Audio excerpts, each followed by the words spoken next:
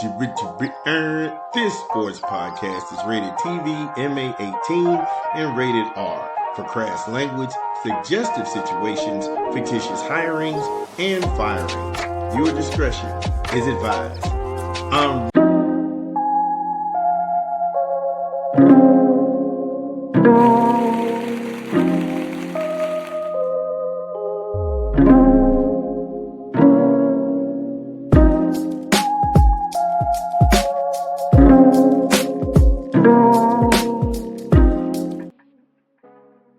Yeah, you know what time it is. It's your boy Big Vern. We've reached the end of the show. You know what it is. Anytime you see the ladies singing and a slow beat bringing, it's Big Vern in the booth doing his thinging. Ha ha! Had an action-packed show for you today. The first hour, Miami, the Hurricanes. They've got an atrocious schedule. If Miami loses more than 2 games, they don't deserve to go back to the college playoff. Make sure you check that out, that segment. Then we pivoted from there, talked some Indianapolis Colts, as Anthony Richardson is now fighting for his job and his NFL security. He's in a quarterback battle with Riley Leonard. Make sure you check that segment out. Then we talked some NBA.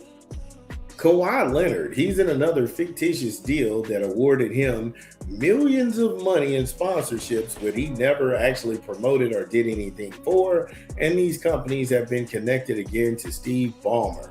Make sure you go ahead and check that out. Then we went back to the world of college football. Pete Golding. If Ole Miss loses to Louisville, the best they can hope for is a 5-7 season. That would effectively eliminate them from bowl game contention. Also, it would put him squarely on the hot seat because word's going to get around Oxford. We might have hired the wrong guy. Make sure you check that out. Then we pivoted from there. We talked some Big 12 football, Arizona State, the Sun Devils. Too much new in one place. I mean, losing key pieces to the O-line. Now you've got Cutter Boley, which was a washout at Kentucky. Yeah, this thing is starting to look bad. It's looking worse even more that I explain it. Which lands us in the Big Ten. We're going to talk some Bruins football. The bullies from Brentwood. Yeah, they got Derek Carr on the sidelines. What does this mean for the UCLA Bruins going forward in this season? We'll talk about it on the other side of the content. It's your boy, Big Vern. What up? It's your boy, Big Vern, coming to you live from the App Stupid Studios. And we pushing a new rap album this month. Dragon Breath, Inspector Deck, and Wu-Tang Clan. In stores now. Get it where you legally consume music, whether it be Apple Music, Google Play, or Spotify. My personal favorites on the track is Never Fold, Lighter Fluid, The System, Up at Night, Flight School with Cheddar Bang is my song. Man, that goes extremely hard. Then there's Burgundy, Cold Case with Ransom. Man, I had to listen to that like 3 times. Ransom has the bar of the month. Real, you got the thirst. If you got the will, the hunger to win, or just the thirst to shine, man, his whole verse was crazy in that one.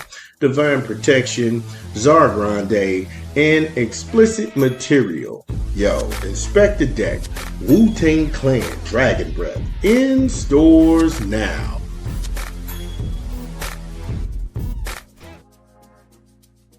Yo, shout out to Inspector Deck doing his thing. We thought the project was hot. Again, make sure you go ahead and check it out. Derek Carr, he's in Brentwood, like we told you before the commercial break. Carr, he's joining the football coaching staff as an advisor to the head coach, Bobby Chesney of the Bruins. And I didn't know how these guys knew each other.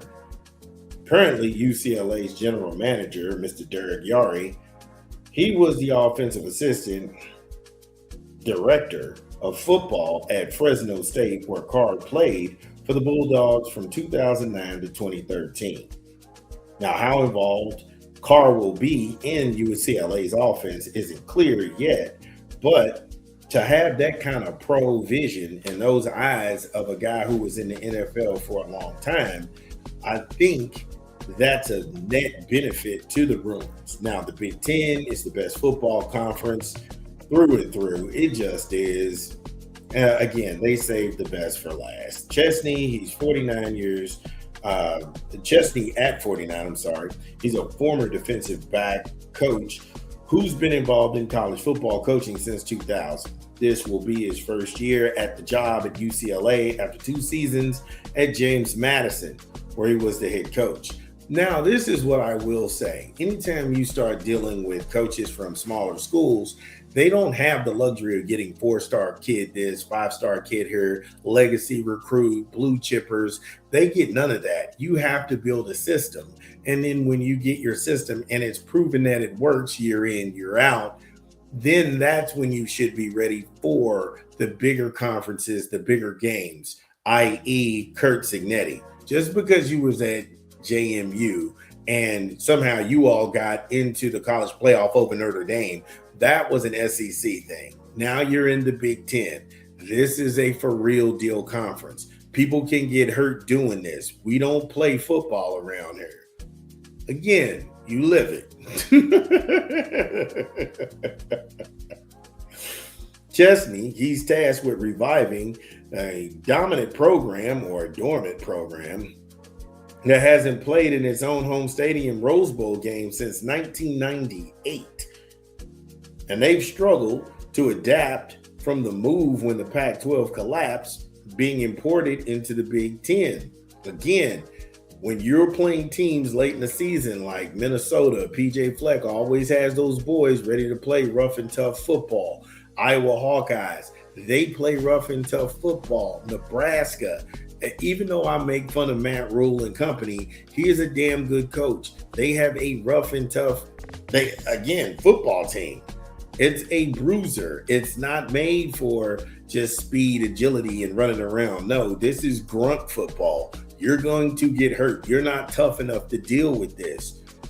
You're going to have to prove that. You're going to have to prove that. Indiana is now a player. Michigan, I don't know what they're going to look like with Willingham. I definitely don't know what Penn State is going to look like. Rutgers and Shione. Yeah, dude, it is a gauntlet. Anyway. The Bruins, they've posted seasons of 3-9 and 5-7 records since joining the Big Ten. As an afterthought in football, the superpower in the conference, Ohio State, you got to go see them. Oregon, high-powered, you got to go see them. Wow. You see how fast that can take a bad turn? Numbers, they just work crazy, don't they? The Bruins, they've been an abject failure for as long as the base has seemed to check out. Again, I am hopeful that they will turn this around, but I don't see it. The Battle of California, USC, UCLA, I think they're going to get ran out of town. Lincoln Riley has the number 1 ranked class in the country. That's not going to be much of a contest. And then they go on the road to get beat up all throughout the season. So, hey, look, congratulations. I hope I'm wrong, but it don't seem like it. Dun, dun, dun, dun. Well, that's the show. Thank you all for joining us. We had a great time. Make sure you smash the like and subscribe button and share the content. This is Big Vern, and we'll see you tomorrow. Peace.